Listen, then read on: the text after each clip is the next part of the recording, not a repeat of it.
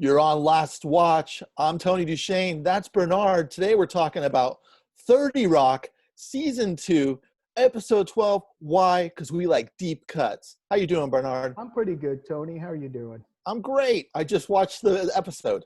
Did you get a chuckle or three? I got 4 laugh out louds, which is very hard to get out of me on most sitcoms. Four LOLs Yeah. in a 23-minute episode is A+, right? I mean, It is. That's pretty good.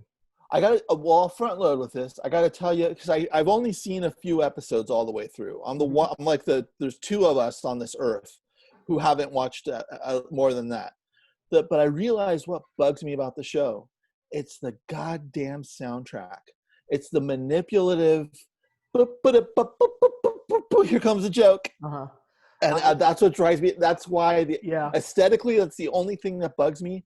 The writing's spectacular. Mm-hmm. And I want to talk a lot more specific about this episode, but their soundtrack sucks. Interesting. I hadn't really thought about that. The thing that, and I love the show. I've seen every episode. Yeah. Oh, have you? Yeah, I want to watch more. I watched it when it came out, and it's kind of a nice. It's interesting. It was really the last time I ever consistently watched network TV, and it was like the last gasp of like the NBC owning Thursday night with comedy, right? Which they had going back to Cheers, and I don't know, maybe even before that, right? It was Thursday night. It was like comedy. It was Friends right. on NBC, probably. I don't know. Thursday, I think it was NBC, and Thursday was the night. If you got the viewers on Thursday night, that was the big thing back then. Yep. And so this was from like 2008 or something like that. For like 7 years, there was, I forget the exact order, but there was 30 Rock, Community, and Parks and Rec. Oh, okay. So this makes sense on the year, because that's the year I got divorced. So okay. there's congratulations, by the way. Belated thank you very much. Yeah. I'd like to thank my ex-wife and the whole in-laws involved. but there's something about like that, my cultural gap of 2008 to 2010, where I was in such a whirlwind of divorce that there wasn't that movies that came out during that time just passed me by. Yeah, so. yeah. I mean, I was like that for like, I don't know. I can think from like 1983 to like 1995. I didn't watch TV. Yeah. Or sports or whatever. I was totally out of, whatever. I was had my other whatevers. But you had your divorce too. Yeah. From reality. My divorce from reality. Yeah. So anyway, though, this was 30 Rock. This is the 2nd season, and as true with so many shows, it's really where it found its footing. If you go back and watch it, you might not think the first season, I remember it's like, yeah, this is whatever. But this is Alec Baldwin warming up to play Donald Trump later on, and this show got political sometimes, but this is a very political episode, and I just like how much it resonates. There's a lot that resonates in this episode. It is a must. Oh my God, it's a must watch for the times that we are in now. Yeah. I was watching, because you're the one that picked this episode. You said, how about that? I'm like, great, don't even know what it is. Right. And I dove in, I was just like, oh man, when Tracy Morgan was, they were trying to get the black vote to the Republicans. Yeah. And Alec Baldwin, Alec Baldwin just flies off the screen. The guy is indestructible. He could leave a shitty message to his 13-year-old daughter and being like, "You little fucking bitch, motherfucker," and it's all in the tabloids. And then he just goes, "But I'm Alec Baldwin," and then it's all, "Oh yeah, we forgot." Kind of amazing, right? In this day and age, that he's kind of escaped the cancellation, right? And he went comedic, and that was a huge move for him. If he stayed dramatic. Right. Yeah, it's kind of funny. We forget that he was a dramatic actor as he started for a long time. Yeah. Glenn Ross. He's the huge monologue that actors used for like 15 years. Yeah, it's also this is kind of, we're digressing a little bit, but you think? It's amazing. If you watch Glenn Ross, Alec Baldwin is only in that one scene. Isn't it crazy? Yeah, and you think back like, oh yeah, Alec Baldwin. That's an Alec Baldwin movie, right? Yeah. It's in that one scene, and that's it. And it's one of all-time classic monologues. Yeah. But Anyway, this episode was, I just want to give the shout out, written by Jack Burdett, who was also a co-executive producer, and also writing for the first 3-4 seasons of 30 Rock was Donald Glover. Donald Glover was, No way. this is his first Wow. TV job. Yeah. Huh. Yeah. And so anyway, I like this is as typical. There's a lot going on. You know, the show's very manic. It's very fast paced. And I appreciate that with comedy. There's like 3 jokes a minute at least. So, you know, if they fall flat, there's another one coming up, you know, that'll get you. So there's there's Liz getting back with her boyfriend, Dennis, the Beeper King. Dude, he's fantastic. And the first time I ever saw him was in Oz. Do you remember that on HBO? Yes, exactly. Yes, he's Dean Winters. Man. Dean Winters, who played Ryan O'Reilly on Oz. And people kind of forget about Oz. It was really one of the first like kind of golden age of TV shows that was, you know, not even like having a connectivity between episodes, but more just like, this is a giant narrative. Like this is like each season was like a 13-hour movie. You know, it's one of the first shows to do that. Then The Sopranos came out, and everybody sort of forgot about Oz. But and two insurance shilling actors came out of Oz. Yeah, our guy, and then the guy who played the white supremacist, and I always forget his name. He was also Schillinger. I see him. I still think of Schillinger now. He's like now he plays like nice dads and nice granddads, and I'm like, oh, Schillinger. Yeah, I know he's gonna tattoo a swastika on your ass. Didn't you see Oz? Yeah. He's one of the scariest television characters. Yeah, of all time for sure. Anyway, so we got and I also just love that whole thing. They just mentioned it here, but they said he's a beeper salesman. That was his thing when he was on earlier episodes. He was like a beeper salesman. You know, he actually was. Yeah, so this he's he recurring character. Yeah. He calls himself the Beeper King. You know, which is kind of hilarious. You know, they're coming back. They're coming back. People, you'll see. And so there's that story, and then there's the whole thing with Jack and Tracy, like you just said. Jack Donaghy, Alec Baldwin's character, trying to convince Tracy Morgan to be the face of Black Republicans. You know what I got a kick out of, because he was trying to find celebrity. So he's trying to find Republican celebrity. That's when they came up with Tim Conway, who was in the episode. Right. But he's just like, why do we have him? What happened with Bruce Willis? And they're like, he wants to sing. And he's like, oh, what about Jim Belushi? He wants to sing too. Oh. Right. And then so that's like the third storyline in the set. But it's kind of great too. They got 3 storylines in like a 20-minute episode. And that was with Kenneth Page giving a tour to Bucky Bright, the old washed-up actor who nobody remembers, played by Tim Conway, and who had some great jokes. Oh my God! When we went to the writers' room, the Bucky, the Jew room. We used to call this the Jew room. It's like, it's so great too, because Tim Conway, I don't know if you remember, if you're too young to remember McHale's Navy, or maybe you saw it in reruns. I remember it in reruns, and I also, like, when I was a little kid, we went to the drive-in. I think he was in that movie with Don Knotts. He was in a bunch of Don Knotts movies. Yeah. He was also on the Carol Burnett show. He was always very funny, but he was like super squeaky clean. He was like family comedy. And then he was like, the first thing he says is, oh, a man used to have a carnation in his lapel, and in the inside pocket where he'd keep his switchblade and opium pipe. I love that. Yeah. It's hilarious. And what was the other thing he said? When he sees he's like, oh, there's a photo of me, and it's all these Navy guys. Right. That was like that's back when a man could give a man pleasure. No one would think twice. When a man could show another man his strength and not have to be embarrassed about it. Yeah, freaking hilarious. Every scene he's in.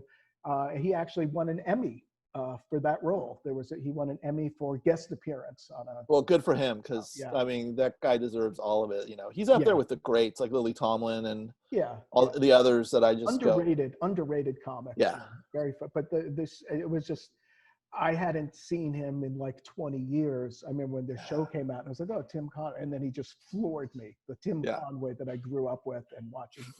What was the other line about we used to have sandwich girls here.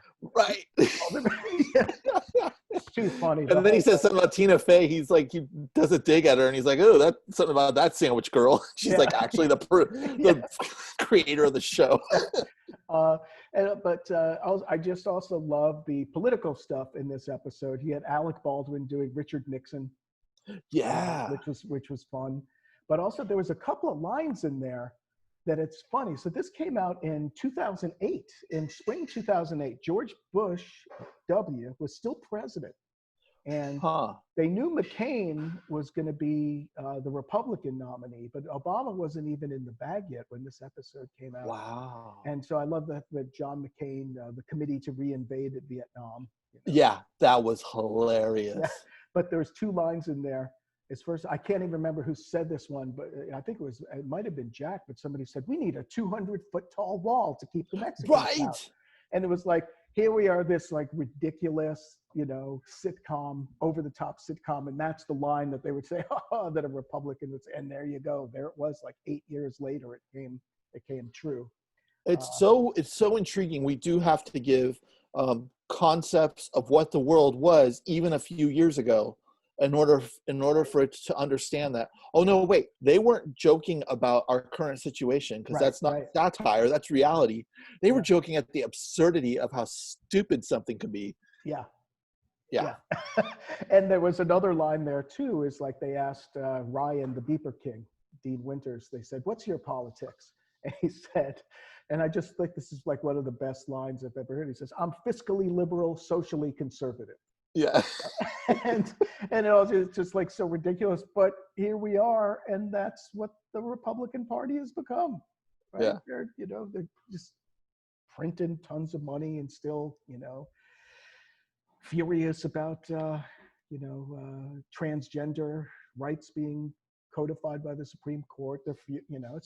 Anyway. So stuff that sounded just like complete inane satire is now today's Republican Party. Is kind of amazing. I also like when Jack is trying to convince Tracy to become a Republican, and he says, "You don't like paying taxes, do you?" And he says, "Well, I wouldn't if I did." Yeah. So much good stuff. I don't know. Short episode, not that much more to say. Just a great show. It's aged well. Tina Fey, fantastic. Tracy Morgan, Alec Baldwin. It's a great show. It's very funny. And the dude from Oz, what's his name again? Dean Winters. Yeah, when he's out there doing the photo shoot with his leather jacket and his glowing skull thing, and he's all, "Will you marry me?" And then he says something like, all the women and the media women are out there, and he's like, "Look, I can get anyone I want. I'm not talking about the fat, ugly ones out here." Everyone's just like, "What?" Yeah. Oh, we almost forgot too. The show opens with Dean Winters next to Mayor Bloomberger, as he calls him, right? So best appearance. So this show really did kind of catch fire and become popular in the second season. There's all, so there's great guest stars, all the time. So I'm gonna watch more, and it's so much fun now because the state of the world that we're in. I was like watching that, and I was like, oh my God, that was like eating a piece of candy right now, where my nerves and my anxiety came down a little bit. I'm gonna watch a lot more 30 Rock, and I get to watch it for the first time. Yeah, good for you. And and it kind of it's also kind of funny. It's also really great. I have it's on, what was it, on Amazon Prime? I guess it's on Amazon Prime, and it's so great without commercials. And these things go by. These shows are like 22 minutes. They just go, bam, and you can just do whatever you do. Wash the dishes while you're watching this in the background. And there's something to be said for. Watching these shows with the commercials kind of sucks. I actually pay. I have Hulu as well, and I pay like the extra $4 to have commercial-free Hulu. Yeah. And I remember the first time I watched a half-hour show on Hulu that was down to 23 minutes, I was like, well, that was worth $4. Yeah. You know, Yeah. but just the economy of it, right? Is like we're, you know, this golden age of TV, like we were talking about Money Heist last week, and oh yeah, it's just like 22 hours or however many hours. It's just kind of nice to see a self-contained episode. You could just pick this up and just watch it. You don't have to, but it also, there is, you know, ongoing storylines and recurring guest characters or whatever. So. It is amazing because they also had to write to the end of each act where it was like, how do we keep the viewer not changing the channel? Right. And it's so beautiful to like, just, you know, now they don't have to do that so much, but to watch where they had to do it, do or die. This act needs to end here. So these people go, wait a second, what's going to happen next? Right. It's always that question. Yeah. And that's interesting. I hadn't really thought about that, but yeah, that used to be a big thing in TV. It's not so much anymore, right? Where we're watching all the shows on HBO or whatever. Right. Or Netflix or whatever. But yeah, it was just like, how am I going to divide this into like 4 sections? Yeah. Something's got to, you know, happen in that 5 minutes or 4 minutes. Right. And then, oh my God, that happened. I have to see I have to stay here and wait. Yeah. And that's how that's how storytelling was and for TV. For many decades. Yeah. Decades. And this is maybe, like I said in the beginning, I can't even think of any. The only show I've watched on network TV in years was The Good Place, which we should also maybe talk about sometimes. And it's maybe the last one of those kinds of shows, half-hour comedy, you know. Yeah. I watched every episode of Lost until it lost me. Yeah, that might be the last. That was it. It was around 2008, 2005, somewhere around there. It's just like, why do I want to watch anything that's on network TV? So anyway, I think we're good. We good? 30 Rock thumbs up. 30 Rock, baby. All right. All right. Now we got a challenge. Now we have to have a challenge again where one of us is utterly disgusted with the other for our taste. Okay. We'll figure it out. All right. Okay. All right. Take care. Thank you.